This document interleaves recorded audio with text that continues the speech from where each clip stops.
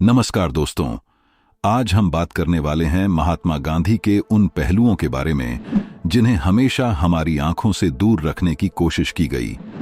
लेकिन आज के इस वीडियो में हम उनकी जिंदगी के कुछ ऐसे पहलुओं को उजागर करेंगे जिनके बारे में शायद ही आपने पहले सुना होगा।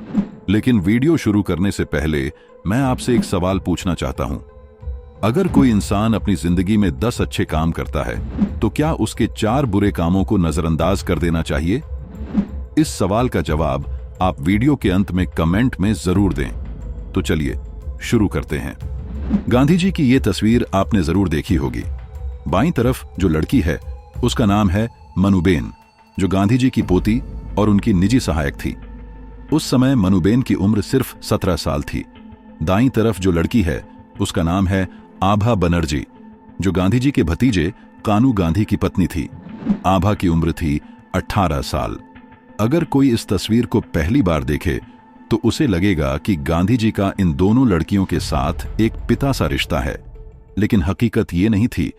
गांधी जी के जीवनीकार रामचंद्र गुहा ने अपनी किताब गांधी बिफोर इंडिया में लिखा है कि गांधी जी ने मनुबेन और आभा के साथ एक अजीब-ओ-गरीब प्रयोग किया था।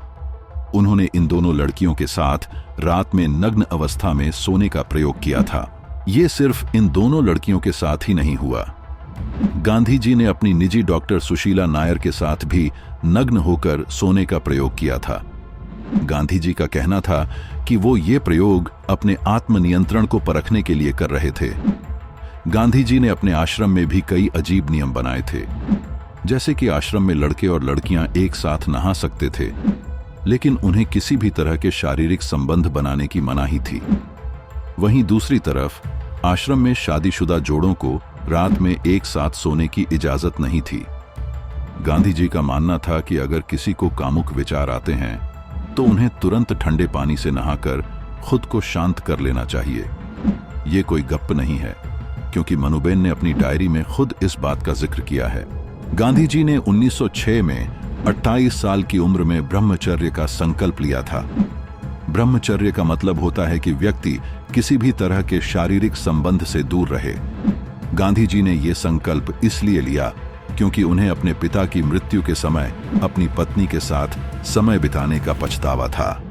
1944 में जब देश में हिंदू मुस्लिम दंगे भड़क उठे तो गांधी जी ने इसे अपने ब्रह्मचर्य के पालन न कर पाने का नतीजा बताया। उन्होंने कहा कि अगर वो अपने ब्रह्मचर्य के संकल्प पर टिके रहते तो ये दंगे नहीं होते। इसलिए वो अपने आत्मनियंत्रण को परखने के लिए नग्न महिलाओं के साथ सोते थे। हालांकि गांधी जी का ये तरीका काफी विवादास्पद था। कई लोगों ने उनकी इस प्रथा की आलोचना की और उनके कई समर्थकों ने उनका साथ छोड़ दिया। गांधी जी का मानना था कि अगर किसी महिला का बलात्कार हुआ है तो उसे जीने का कोई अधिकार नहीं है। उन्होंने कहा कि अगर परिवार अपनी इज्जत बचाने के लिए उस महिला को मार भी दे तो ये न्याय संगत है। इसके अलावा गांधी जी ने महिलाओं के मासिक धर्म को उनकी कामुक इच्छाओं का परिणाम बताया। उन्होंने सेक्स को सिर्फ संतान पैदा करने के लिए जरूरी बताया और इंद्रिय सुख के लिए सेक्स करने को पाप माना। गांधी जी पर यह आरोप भी लगाए जाते हैं कि वो एक जातिवादी थे। 1893 में जब गांधी जी दक्षिण अफ्रीका में थे तो उन्हें ट्रेन के फर्स्ट क्लास से निकाल दिया गया था क्योंकि उनकी त्वचा का रंग काला था। इस घटना ने गांधी जी को झकझोर कर रख दिया और उन्होंने जातिवाद के खिलाफ लड़ाई शुरू की।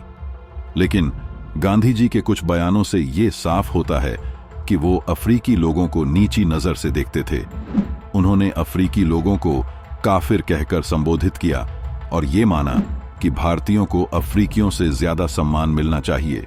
गांधी जी ने दलितों के लिए अलग चुनावी व्यवस्था का विरोध किया था। उनका मानना था कि इससे समाज में विभाजन पैदा होगा।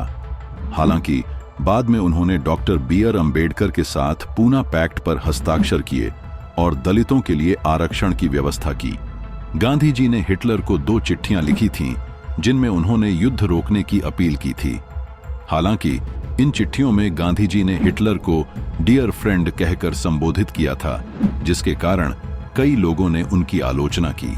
दोस्तों, गांधी जी एक महान व्यक्ति थे, लेकिन उनकी जिंदगी के कुछ पहलू ऐसे भी थे जिन्हें हमेशा छिपाया गया। आज के समय में हमें किसी भी व्यक्ति को बिना जांचे परखे उसके बारे में राय नहीं बनानी चाहिए। हर इंसान के अच्छे और बुरे पहलू होते हैं और गांधी जी भी इसके अपवाद नहीं थे। तो दोस्तों, आपको ये वीडियो कैसा लगा कमेंट में जरूर बताएं और हाँ, हमारे चैनल को सब्सक्राइब करना ना भूलें। धन्यवाद।